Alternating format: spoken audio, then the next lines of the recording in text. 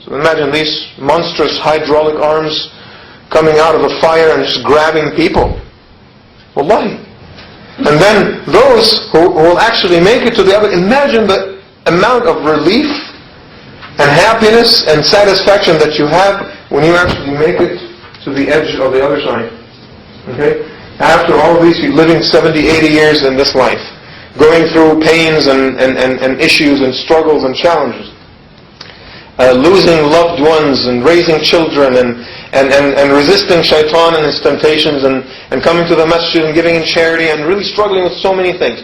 And then you go through the punishment of the grave or the pleasures of the grave, however you want to look at it, for years and years. And then you stand before Allah, you stand the judgment, you stand the process, and then you pass over the sirat, and then eventually you've made it. You're right there. Okay?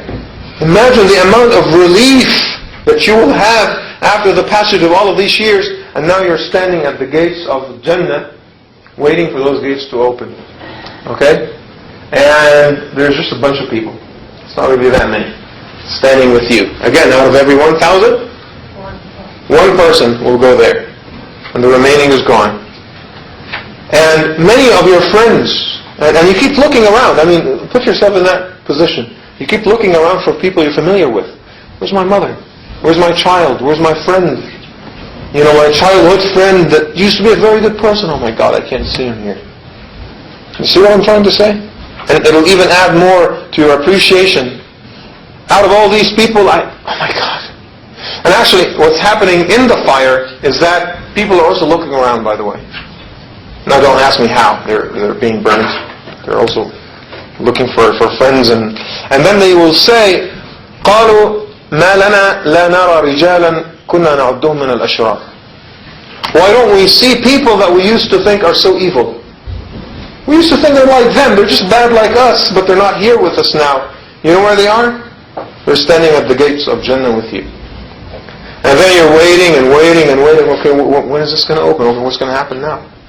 Right? Well, we've made it this far. What's going to happen now? And then you see the Prophet ﷺ coming in the distance with the key to Jannah, because he's the one that's going to open it. I just thinking about it, gives you goosebumps right now. Imagine if you're literally standing there, and after all these years, you see Muhammad ﷺ with his kind face and with his beautiful smile, carrying the key to Jannah and going through the people, and everybody just wants to touch him and to hold him and to embrace him. And then he unlocks the gate, and then it opens up. And then after that, I'll leave it to your imagination. That's what we're trying to look for, brothers and sisters. Your life in this world is, I'm sorry, I'm used to brothers and sisters, but I guess I have wife here to support me. That is what you live your entire life, searching for and looking for. Whatever pleasures and desires in this life will count as absolutely nothing. Right? If you do not meet that objective, everything you've done here did not count for anything. So the only way is to turn a mundane activity into an act of worship. Let me ask you this. If you have this consciousness before you do anything, is there enough room for you to do something haram?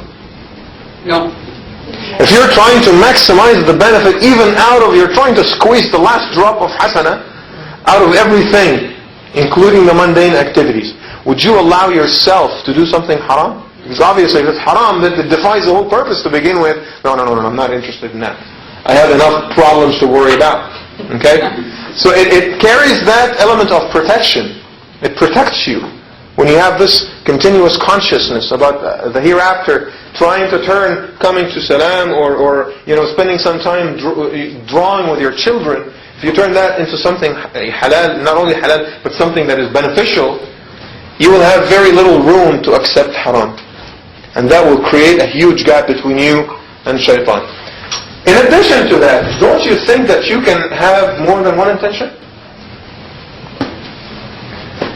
What other intentions can we add to the sister here working as a teacher? So number one was her earning a living to spend on her children, to obey Allah and to please Allah. What else can be added to that intention? Helping her husband and her salah. Absolutely. So she can help her husband. That adds another good deed. Passing their knowledge. Passing her knowledge, and again, don't be satisfied by just saying something that sounds good. Passing her knowledge, okay? Why should I care about passing my knowledge? Because the Prophet said that those who keep their knowledge to themselves will be punished. And I want to please Allah subhanahu wa ta'ala. You have to keep pushing it until you reach that point and that realization. You can't just say, I'm helping my husband. Okay, why should you even help your husband to begin with? Because helping my husband will make Allah subhanahu wa ta'ala pleased with me. That's it then. That's what it's about. It's not about, so you keep pushing from one step to the other, until you eventually leads you to pleasing Allah subhanahu wa ta'ala. You have to keep pushing it. Because when you keep pushing it, you get the realization. You get the understanding of it, and you can actually feel it. That's what you need to do. Sister, did you have... I have a question. I know Naya makes big difference, but it applies to some things, right? It applies to cooking or raising the kids or being nice to your husband, So this is good intentions. It really makes a difference. But if you're taking the kids to the park or go to the movies, even if you have good intentions, that's a good exercise. We'll talk about that. That's actually a good exercise. Let me just add some more here. Why does she go to work? Display good Muslim behavior and making da'wah. Absolutely. Why do we care about making da'wah?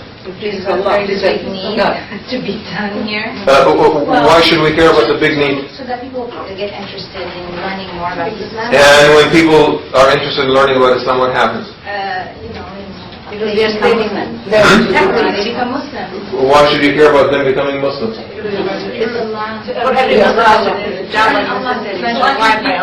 Okay. So da'wah is a necessity for every Muslim, and when you do it, you eventually please Allah subhanahu wa ta'ala. You have to be conscious about that particular. How can I tie this into pleasing Allah? That's your mental exercise. That's like mathematics. Okay? So you don't be satisfied by saying, I think it sounds good. It sounds like a good thing. I'm making da'wah. Obviously, for very obvious reasons, it sounds great. No, that's not enough. You have to keep pushing it, because when you push it, you'll understand it. It'll sink in. You'll feel it. So from one trip to school, every day the sister can get up to 5 hasanat for every second she spends there. Don't you think that really gives her a better chance? And if you repeat this for every other activity, you really have a great chance to maximize the number of white pages in your book. Now, what I need to do in the next couple of minutes is to actually organize an exercise.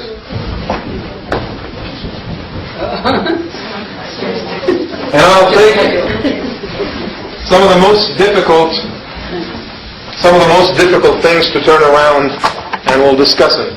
One of them is, Sister said, going to the movies. Yes, can you do the watching video to soccer? Watching TV, that's very difficult. The Simpsons. I think movies and TV, yeah. Okay, what else would be considered something very difficult to turn around? TV. That too? Okay. Yeah. Movies and TV. Listening to music. Listening to music. Practice for the kids, soccer, swimming, whatever practice you have. Taking the kids to soccer practice?